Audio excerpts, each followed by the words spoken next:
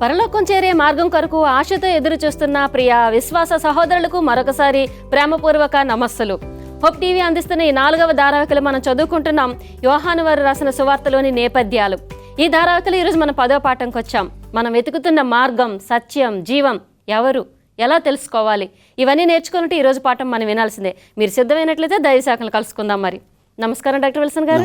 నమస్కారం పాస్టర్ శామరాజు గారు. నమస్కారం డాక్టర్ గారు. మనం ఈ 4వ ధారావాహికలో యోహాను సువార్తలోని నేపథ్యాలు చదువుతున్నాం. ఈరోజు 10వ పాఠం మార్గం, సత్యం, జీవం. దీని గురించి పరిచయం చేయండి. ఈ యొక్క యోహాను సువార్త అంతా కూడాను 4 భాగాల కింద మనం విభజించబడి ఉన్నది. ఒకటో భాగం ప్రొలాగ్ అంటే ఉపోద్ఘాతము. రెండవది బుక్ ఆఫ్ సైన్స్ అంటే ఆయన గుర్తులు కొన్ని చెప్పాడు, ఆయన కొన్ని మర్మాలు తెలియపరిచాడు, చిహ్నాలను చెప్పాడు.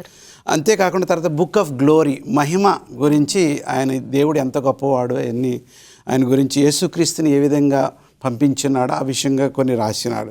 తర్వాత ఆఖరిది బుక్ ఆఫ్ ఎపిలాగ్ అంటే కన్క్లూషన్, ముగింపు గురించి రాయబడి ఉన్నది.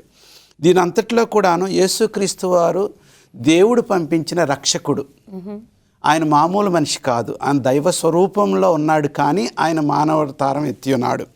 ఆ గొప్ప దేవుని గురించి ఇప్పుడు ఈ యొక్క వాక్యంలో రాస్తూ ముఖ్యమైన తలంపులు ఏంటంటే, ఐయామ్ నేనే మార్గమును సత్యం, నేను లోకమునకు వెలుగై ఉన్నాను, నేను లోకమునకు ఉప్పై ఉన్నాను, నేను అన్నదాని గురించి ఈరోజు పాఠం అంతా కూడా వివరంగా నేర్చుకుంటున్నాం. బాగుందండి, క్లుప్తంగా చాలా చక్కగా చెప్పారు పరిచయం. పాస్టర్ గారు, ఈ పాఠం కోసం లేఖనం వినిపిస్తారా? యోహాను సువార్త 1వ అధ్యాయము 18వ వచనంలోంచి తీసుకోబడి ఉన్నది. ఎవడునూ ఎప్పుడైనాను దేవుని చూడలేదు, తండ్రి రొమ్ముననున్న అద్వితీయ కుమారుడే ఆయనను బయలుపరిచెను. ఎవరు చూడలేదు. డాక్టర్ గారు, మరి యేసుప్రభు వారు చెప్తున్నారు కదా ఈ రీతిగా, నేను మీకు మంచి మాదిరి ఉంచిపోతున్నాను అన్నారు. సువార్తలో మనం చదువుతాం. అసలు యేసుక్రీస్తు వారు మనకు ఉంచిన మాదిరి ఏమిటి, మనం ఎలా తెలుసుకోగలమంటారు? యేసుక్రీస్తు వారు మానవాళ్ళు జీవించవలసిన పద్ధతులన్నిటిలో ఆయన అన్నిటికీ మనకి ఒక మాదిరిగా ఉన్నాడు. Is the prime example. జీవించే విధానంలో కానీ, బోధించే విధానంలో కానీ, ధరించే విధానంలో ఆయన గురించి అన్ని వివరాలు రాయలేదు, కానీ పరలోకం వెళ్ళిన తర్వాత తెలుసుకుంటాం ఆయన ఏం తిన్నాడు, ఏం ధరించాడు అన్నది. కానీ ఆయన బోధించిన బోధ, ఆయన పరిచర్య అంతా కూడాను పరలోకం సిద్ధపాటు గురించి, పరలోకం ఎలా ఉంటుంది. ఎందుకంటే రకరకాలైన తీవ్రమైన ఆలోచనలు, దేవుడు కోపాగ్ని, తీర్పుదారి, ఎప్పుడు కూడాను మానవుని ఖండించడానికి సిద్ధం, అలాంటి ఆలోచనలతో ఉన్న ఆ రోజుల్లో యేసుక్రీస్తు వారు వచ్చి పరలోకపు తండ్రి ఇస్ అ గుడ్ షెపర్డ్, ఆయన మంచి కాపరి అని గురించి మాట్లాడుతున్నాడు. ముఖ్యంగా ఈ యొక్క ముగింపు దాంట్లో చూసినప్పుడు 13 అధ్యాయాల నుంచి యోహాను సువార్త 17 అధ్యాయాల వరకు ఆయన మోషే గురించి రాస్తున్నాడు. మోషే తన బిడ్డల్ని ఏ విధంగా ఆశీర్వదించున్నాడు, తర్వాత యాకోబు తన బిడ్డల్ని ఏ విధంగా ఆశీర్వదించినాడు, సొలొమోను మరికి దావీదు ఏ విధంగా సొలొమోనుకి ఏ విధంగా ఇన్స్ట్రక్షన్స్ ఇచ్చినాడు. ఈ విధంగా ఆశీర్వాదాల గురించి మాట్లాడుతూ యేసుక్రీస్తు వారు తన బిడ్డలను కూడా ఆశీర్వదించి, నేను ముగింపు కార్యంలో ఉన్నానిక, నా సేవ ముగింపుకు వచ్చి ఉన్నది, అందు గురించి ఆశీర్వాదాల గురించి మాట్లాడుతూ ఒక ప్రాముఖ్యమైన కార్యం చేసినాడు. ఆ రోజుల్లో మరి తారు రోడ్లు, సిమెంట్ రోడ్లు లేవు కాబట్టి, మట్టి రోడ్లు కాబట్టి, ఆయన మన జనం అంతా కూడా ఎవరైనా ఇంటికి వచ్చినప్పుడు మట్టితో వస్తారు కాబట్టి, ఒక సేవకుడు కాళ్ళు కడగటానికి ఎప్పుడు కూడా సిద్ధంగా ఉంటాడు బేసిన్ వాటర్తో. ఈ యొక్క నీళ్లతో సిద్ధంగా ఉండవలసినప్పుడు ఈయన ఆఖరి కలియకలో శిష్యులతో మాట్లాడటానికి వచ్చినప్పుడు, ఆఖరి పస్కాలో పాల్గొనటానికి వచ్చినప్పుడు కడగటానికి మరి కావాలని మరి అక్కడ సేవకుడు ఎవరు లేరు. ఆ సందర్భంలో నేను మీకు వీడుకోలు చెప్పడానికి, ఇది వీడుకోలు, గ్రాడ్యుయేషన్ అంటారు ఒకసారి, అంటే 3.5 సంవత్సరాలు తరబీతి అయిపోయింది, ఇక మీరు పాస్ అవుతారో ఫెయిల్ అవుతారో నేను మీకు బాధ్యత అప్పగిస్తున్నాను, మీరు నా బదులు వెళ్ళి సేవ చేయాలా, నాకు వీడుకోలు సమయం వచ్చింది, కానీ మీకు ఒక పాఠం నేర్పించాలా, మీలో ఐకమత్యం అనేది లేదు, తగ్గింపు స్వభావం అనేది లేదు అని యేసుక్రీస్తు వారు స్వయంగా ఆయనే వచ్చి కాళ్ళు కడగడానికి ప్రయత్నించారు. 2-3 కాళ్ళు కడిగిన తర్వాత పేతురు దగ్గరికి వచ్చినప్పుడు, మీరు కడగటానికి వీల్లేదని చెప్తారు. నేను కడగటానికి వీల్లేదన్నప్పుడు, నేను నీ సహోదరుని కాదు, నీకు పాలు పంపులు లేదన్నాడు. యేసుప్రభు వారు ఈ కార్యాన్ని చేసినప్పుడు శిశువులే బాగా ఆశ్చర్యపోయారు. మాకు రాజుగా కావలసిన వాడు, మాకు గురువుగా ఉండవలసిన వాడు, మరి ఈయనే మా కాళ్ళు కడుగుతున్నాడు. ఈ రోజుల్లో ఉన్న సాంఘిక స్వభావ పద్ధతులతో చాలా తక్కువగా ఉన్నది ఇదని వాళ్ళు అంగీకరించలేదు. అందరూ కూడా గొనుక్కోవటం, ఆశ్చర్యంగా చూడటం మొదలుపెట్టారు. అప్పుడు యేసుప్రభు పరలోకపు యొక్క మొట్టమొదటి మెట్టు ఏంటంటే తగ్గింపు స్వభావం. ఇది చాలా ఆశ్చర్యంగా ఉంది. నవీన కాలంలో కూడాను మేనేజర్, మామూలు మనిషి సేవకుడు, అట్లా ఈ సాంఘిక లెవెల్స్ వేరే వేరే పద్ధతులు ఉంటాయి. కానీ యేసుప్రభు వారి యొక్క రాజ్యము చాలా వేరుగా ఉంటుందని ఆయన కార్యం చేసి వాళ్ళకు చూపించడం వల్ల అందరూ కూడా ఆశ్చర్యపోయారు. అప్పుడు పరలోక పద్ధతిని అర్థం, దేవుని సన్నిధిలో అందరూ సమానమని తెలుసుకొని ఉన్నారు. బాగుందండి. అందుకే ఆ ప్రభువారు అంటారు, నేను మీకు చేసినట్టే మీరు ఒకరినొకరికి చేయవలసినదే. ఇంకా పాస్టర్ గారు, మరి యేసుక్రీస్తు వారు రెండవ రాకడ గురించి ఒక వాగ్దానం మనకు కనిపిస్తుంది. అసలు ఆ వాగ్దానం మనం ఎలా నమ్మగలం? నమ్మడానికి తోడ్పడే అంశం ఏమైనా ఉందంటారా? యేసుక్రీస్తు వారు యొక్క వాగ్దానము యోహాను సువార్త 14వ అధ్యాయంలో ఇవ్వబడినట్లు మనం చూడగలుగుతున్నామండి. ఈ 14వ అధ్యాయము మొదటి వచనం నుంచి కూడా మీరు చూసుకున్నప్పుడు, మరి మీ హృదయములను కలవరపడనీయకుడి అని చెబుతూ, దేవుని యందు విశ్వాసం ఉంచుడి, నా యందును కూడా విశ్వాసం ఉంచుడి, నేను వెళ్ళి మీకోసం స్థలం సిద్ధపరచడానికి వెళ్తున్నానని చెప్తున్నారు. మరి ఇందాక సారు చెప్తున్న రీతిగా ఈ 14వ అధ్యాయానికి పునాదిగా ఆ యొక్క పస్కా రోజున ప్రభురాత్రి విన సంస్కరణ వేసినట్లు మనం చూడగలుగుతున్నాం. ఎప్పుడైతే వారిని మరి శిష్యులను తరబీదు చేసి ఇంకా లోకంలోకి పంపించడానికి సిద్ధంగా ఉంటున్న సమయంలో ఈ మాటలు చెప్పకముందు పేతురు యేసుక్రీస్తు వారి యొక్క సంభాషణలో యేసుక్రీస్తు వారు చెప్తున్నారు, నా పని అయిపోయింది, నేను పరలోకానికి వెళ్ళిపోతున్నానని చెప్తున్నప్పుడు, నువ్వు ఎక్కడికి వెళ్ళినా నేను వస్తాను అని పేతురు చెప్తున్నట్లు మనం చూస్తున్నాము. అలా చెప్పినప్పుడు యేసుక్రీస్తు వారు, పేతురు నువ్వు ఎక్కడికి వెళ్ళినా నేను వస్తానంటున్నావు, కానీ ముమ్మారు నువ్వు నేను తెలియదని నువ్వు బొంకబోతున్నావు అని ఆయన నిమిత్తము జరగవలసిన సంఘటన ఒకటి చెప్పిన తర్వాత ఈ యొక్క వాగ్దానము ఆయన చేసినట్లు మనం చూడగలుగుతున్నాము. ఈ వాగ్దానము నెరవేర్పును మనం ఇంకా లోతుగా తెలుసుకోగలుగుతాము. చిన్న విరామం తీసుకుందామండి. చూస్తున్నారు కదా సహోదరులారా, చిన్న బ్రేక్ తర్వాత పాఠం ఇంకొంచెం లోతుగా అర్థం చేసుకుందాం.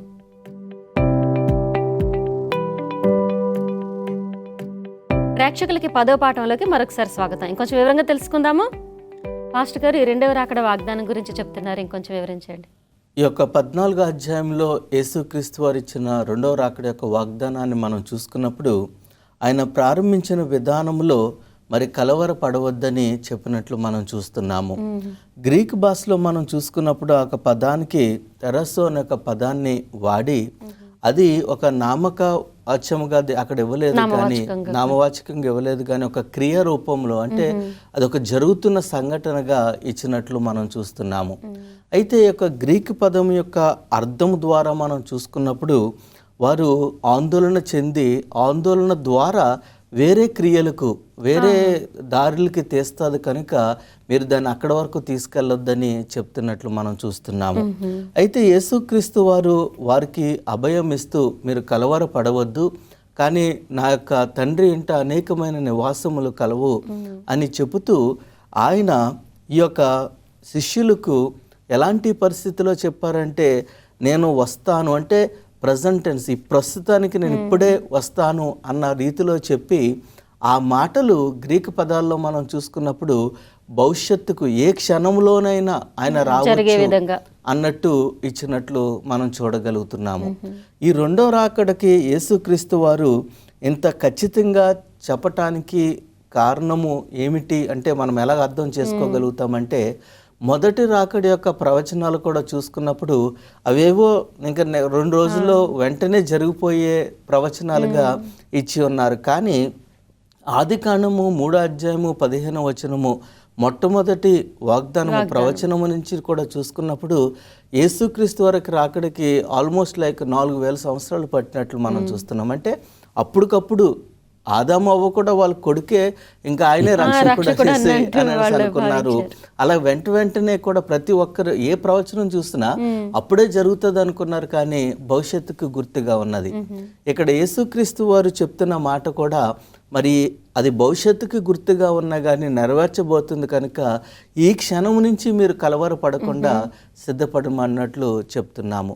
ఇంకొకటి మనం అర్థం చేసుకోవాల్సింది ఏంటంటే, బైబిల్లో ఉంది కాబట్టి ఆ ప్రవచనం నెరవేరుతుంది అందుకే నేను నమ్మాలని కాదు. ఆ చెప్పిన వాడు నమ్మదగిన వాడు, నెరవేర్చేవాడు కనుక మనం నమ్మాలని మనం తెలుసుకోగలుగుతున్నాం. It is the person, not the word. ముందు ఆ మొదటి జన్మ ఎలా అయితే రావడం నెరవేర్చబడింది, ఇది కూడా ఆ రీతిగా నెరవేర్చే దేవుడు ఆయన. బాగుందండి, చాలా చక్కని అంశం, చాలామంది గ్రహించలేని పాయింట్ ఇక్కడ మీకు చెప్పారు. డాక్టర్ గారు, మరి ప్రభువారు ఈ సంభాషణ వెంటనే కిందకి వెళ్ళినట్లయితే నేనే మార్గం అన్నారు. ఆయన నేనే మార్గం అన్నప్పుడు అసలు దేనికి మార్గం, ఆ మార్గం ఎక్కడుంది, దాన్ని మనం ఎలాగ తెలుసుకోవాలంటే? నవీన కాలంలో మానవుడు రకరకాలైన ఆలోచనలతో ఉంటాడు. నేను చెప్పింది చెయ్యండి, నా సలహా తీసుకోండి, నాకు అనుభవం ఉంది, రకరకాలైన మనుషుల ఉద్దేశాలు. మతాలు చూసినట్లయితే ఈ దేవుడి ద్వారా, ఈ గురువు ద్వారా, ఈ గ్రంథం చెప్పినట్లు చేస్తే బాగుంటుందని.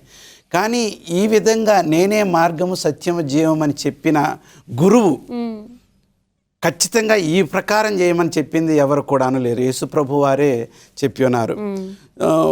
ఈ యొక్క పై మేడ గదిలో కూర్చొని మాట్లాడుతూ ఉన్నప్పుడు, మరి ప్రభువా నువ్వు ఎక్కడికి వెళుతున్నావు, అందరికి కూడా తెలిసిపోయింది యేసు ప్రభు ఇక ముగింపుకు వచ్చేసింది తన సేవ, ఇక మనం ఏదే మార్గాన్ని తిరిగి వెళ్ళిపోవాలి మన పనులకి, లేకపోతే ఏం చేయాలని. ఆఖరికి మరి తోమ అన్నాడు, ప్రభువా నువ్వు ఎక్కడికి వెళుతున్నావో మేము కూడా అక్కడికి వస్తామని అడుగుతారు. చాలా ఆశ్చర్యంగా చాలా బాగా రాశాడు 14వ అధ్యాయంలో. నేను వెళ్ళే స్థలం మీరు రాలేరు, మేము వస్తాము ఎక్కడికి వెళ్ళినా కానీ అని అంటారు. నేను వెళ్ళేది ఇక్కడ చక్కగా రాయబడింది ఈ 5-6 వచనాల్లో. 5-6 అందుకు తోమ, ప్రభువా ఎక్కడికి వెళ్ళుచున్నావో మాకు తెలియదే, ఆ మార్గం ఎలాగో తెలియనని ఆయన అడుగుగా యేసు, నేనే మార్గమును సత్యమును జీవమును, నా ద్వారానే తప్ప ఎవడను తండ్రి యొద్దకు రాడు. ఆయనేమో ఆత్మీయంగా మాట్లాడుతున్నారు, వీళ్ళేమో రోడ్డు, ఏ రోడ్డు, ఏ దిక్కు, ఏ వీధి అన్నట్టుగా మాట్లాడుతున్నారు. సో మనం ఎక్కువగా యేసుప్రభు మాట్లాడిందంతా కూడాను ఆయన చాలా విలువైనది, శాశ్వతమైనది, పవిత్రమైనది, ఆత్మీయమైన జీవితం గురించి మాట్లాడుతూ ఉంటే ఎప్పుడు కూడాను ఈ మనుషులు ఈ యొక్క లోకరీతైన ఆలోచనతో. ఇంకొక ఆలోచన ఏమొచ్చిందంటే ఇక్కడ ఆ తర్వాత తోమా తర్వాత ఫిలిప్ అనే ఆయన, ప్రభువా మరి రెండో ప్రశ్న అడిగి ఉన్నాడు, ప్రభువా తండ్రి వద్దకి మమ్మల్ని చూపించు. మీరు ఎప్పుడు కూడా తండ్రి గురించే చేస్తున్నారు, తండ్రినే మాట్లాడుతున్నారు, తండ్రి అధికారంతో వచ్చని చెప్తున్నారు. ఆ తండ్రి దగ్గరికి మేము కూడా వెళ్తాం, ఎందుకంటే మీరు మా ఫ్రెండ్ లాగా ఉన్నారు కదా, సహోదరులాగా ఉన్నారంటే, అప్పుడు తండ్రిని చూపించండి, మేము తండ్రి దగ్గరికి వెళ్తామంటే కొంచెం బాధతో యేసు ప్రభు వారు, ఇంతకాలం నేను మీతో ఉన్నాను, ఇంకా మీరు తండ్రి దగ్గరికి, ఇక్కడ చాలా తండ్రిని నేనును నా యొద్దకు తండ్రియు ఉన్నామని నీవు నమ్ముటలేదా? ఇది యేసు ప్రభు వారు ఏంటంటే, I and my father are one, ఒక ఫ్యామిలీ మేమంతా, త్రియేక దేవుడు. సో మీరు మాతో ఉన్నట్లయితే తండ్రిని ఎరిగినట్లే, మీరు నాతో ఉన్నారు, నా గురించి తెలుస్తున్నారు కాబట్టి నన్ను చూస్తే తండ్రిని చూసినట్లే. సో ఈ థియాలజీ మనం అర్థం చేసుకోవాలంటే దేవుని కుటుంబ వ్యవస్థ అనేది మనం అర్థం చేసుకోవాలి. దేవుడు కుటుంబాన్ని దానికే పెట్టాడు.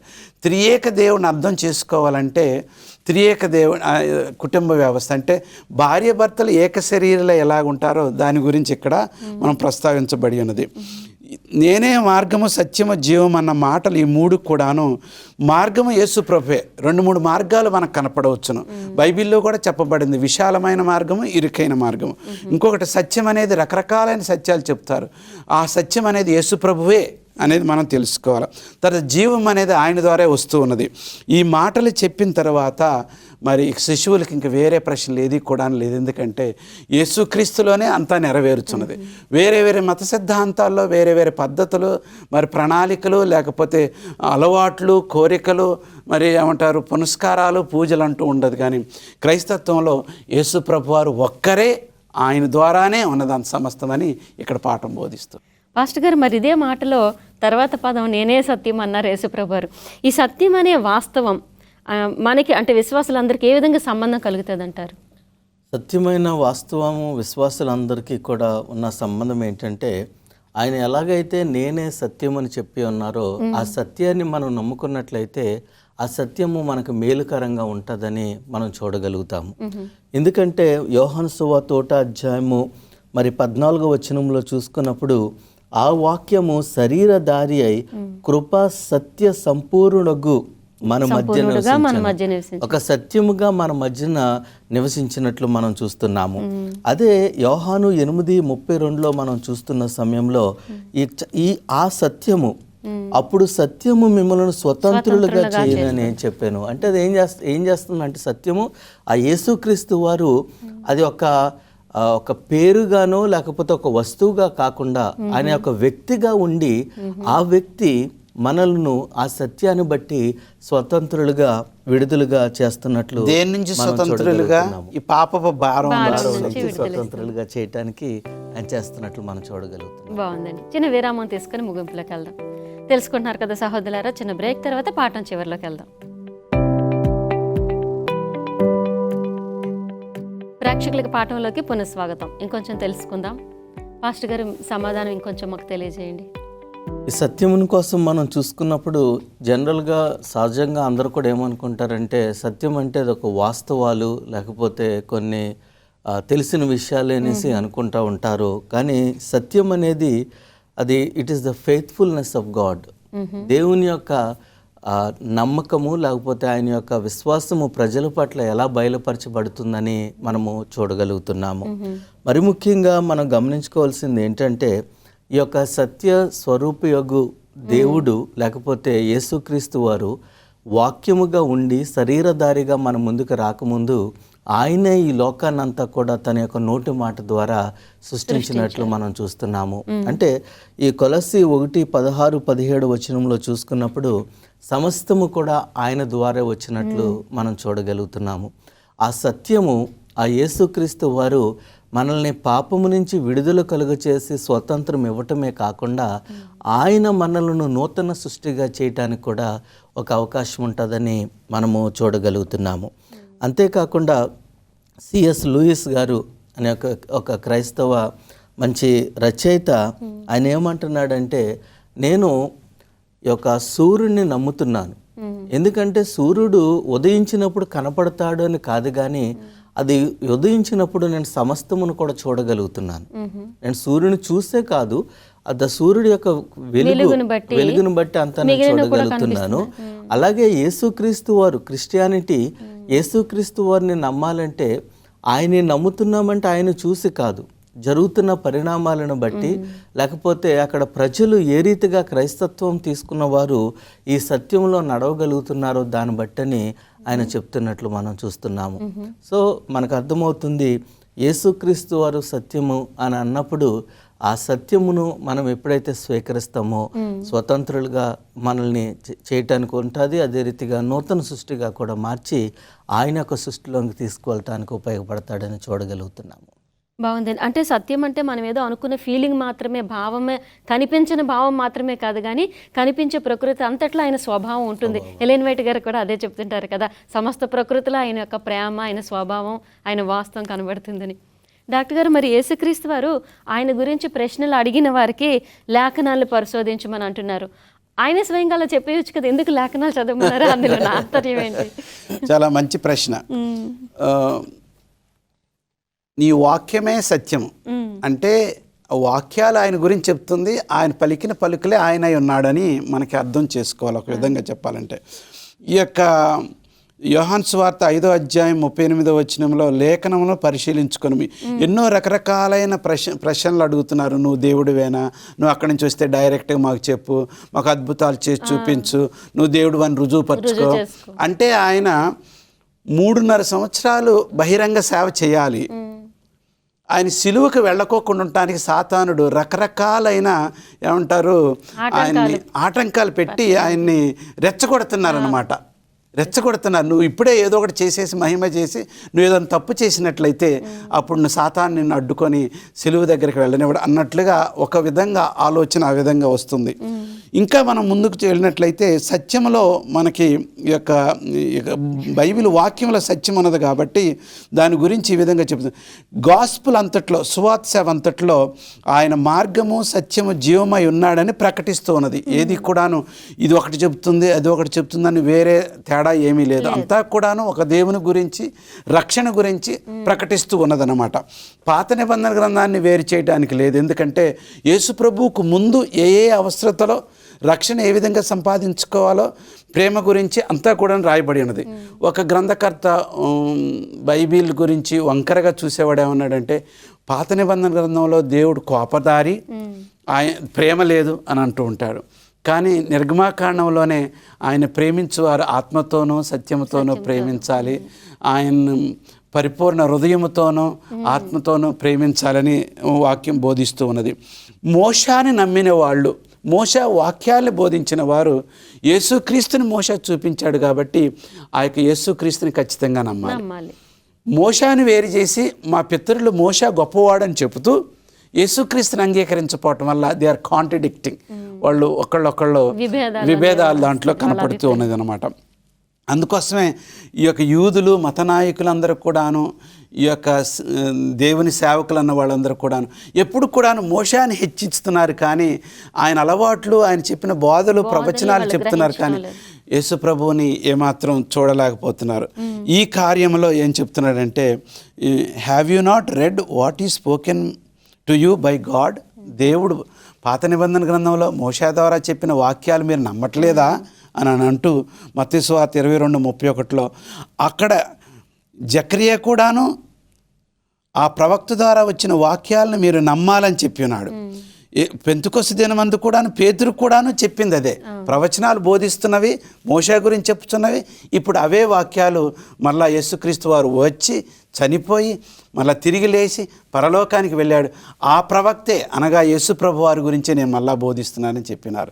అంతా కూడాను సత్యం గురించే బోధించున్నది. ఇంకా ముగింపులో ఏమైనా ఉందంటారా పాస్టర్ గారు?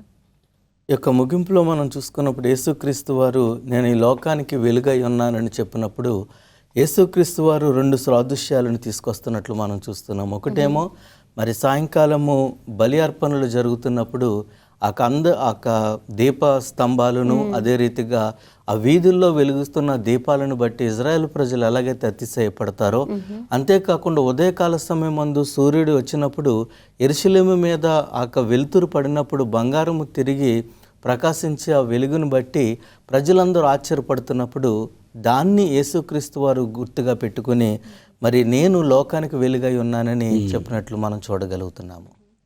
బాగుందండి, చాలా చక్కని పాఠం, చాలా చక్కగా వివరించి చెప్పారు. ధన్యవాదాలండి. నమస్తే. తెలుసుకున్నాం కదా ప్రియ సహోదరులారా, మార్గం సత్యం జీవం ఆయనే. ఆయనను అర్థం చేసుకుంటే ఇవన్నీ మనకు అర్థమవుతాయి. పరలోకానికి మార్గం నడిపించే సత్యం మనకి వాక్యంలోనే ఉంది. మీరు వచ్చే పాఠంలో కలుసుకున్నంత వరకు ఈ మార్గం మీలో సమృద్ధిగా ఉండాలని కోరుకుంటున్నాం. ఈ పాఠాలను లైక్ చేయండి, సబ్స్క్రైబ్ చేయండి, షేర్ చేయండి. తండ్రి కుమార పరిశుద్ధాత్మ గురించి వచ్చే పాఠంలో కలుసుకున్నంత వరకు ఈ వాక్యం మీలో సమృద్ధిగా ఉండాలని క్రీస్తు నామములో మీకు శుభములు తెలియజేసుకుంటున్నాం.